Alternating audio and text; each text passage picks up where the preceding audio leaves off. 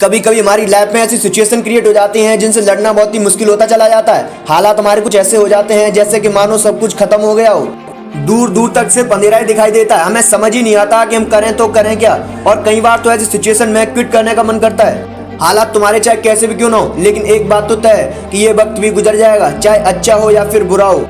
लेकिन एक बात हमेशा याद रखना कि जिंदगी में कुछ भी कर गुजरने की अपॉर्चुनिटीज इसी वक्त में मिलती है, अगर इस सिचुएशन में क्विट न किया जाए तो। क्योंकि जो विनर होते हैं वो कभी भी क्विट नहीं करते, और जो क्विट करते हैं वो कभी भी विनर नहीं बनते। आप क्या चाहते हैं, एक एवरेज लाइफ या फिर एक स्टैंडर्ड लाइफ? जब आप सड़क पर निकलो तब लोग आपको इग्नोर करें, या फिर जब आप सड़क पर निकलो तब हर इंसान की नज़र आप पर हो?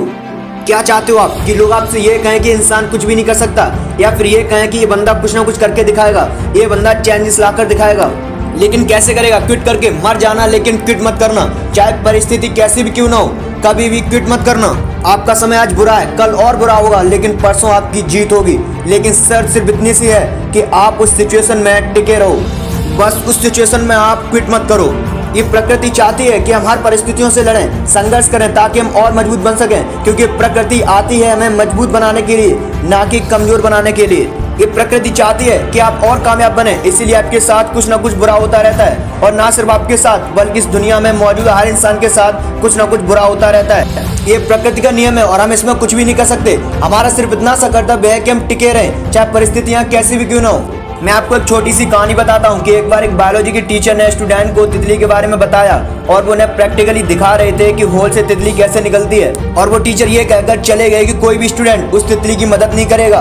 वहाँ पर जितने भी स्टूडेंट थे वो ध्यान से उस होल में से तितली को निकलते हुए देख रहे थे।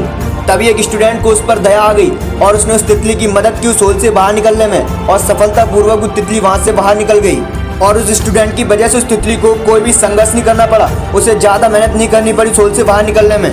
लेकिन वो तितली थोड़ी देर में मर गई, और जब टीचर वापस लौटे तो उन्हें पूरी घटना मालूम हुई। तब उन्होंने अपने स्टूडेंट को बताया कि जब वो तितली संघर्ष करती है तब उसे उसके पंखों में मजबूती मिलती है। ये प्रकृति का नियम है। उस तितली की मदद करके उस स्टूडेंट ने उसे संघर्ष करने का मौका नहीं दिया, और यही परिणाम हुआ कि वो तितली मर गई। इसलिए कहते हैं कि संघर्ष ही जीवन है, संघर्ष ही आपको मजबूत बनाता है। इंग्लिश में कोड है नो पेन नो गेन। संघर्ष तो आपको करना ही पड़ेगा, संघर्ष ही जीवन है। संघर्ष तो आपको करना ही पड़ेगा, चाहे कुछ भी हो जाए, और इसमें कोई बहाना नहीं, नो एक्सक्यूजेस। जो विनर होते हैं वो कभी भी बहाना नहीं बनाते, या तो वो किसी काम को करते ही नहीं, और अगर वो किसी काम को करते हैं तो वो कभी भी बहाना नहीं बनाते।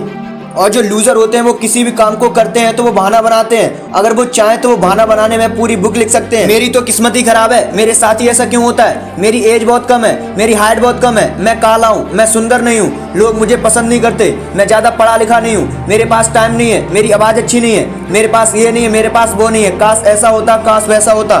देखो जो जैसा है वो वैसा है, ना तो आज तक कुछ बदला है और ना ही आगे कुछ बदलेगा, तब तक जब तक कि आप खुद अपने आप को नहीं बदल लेते।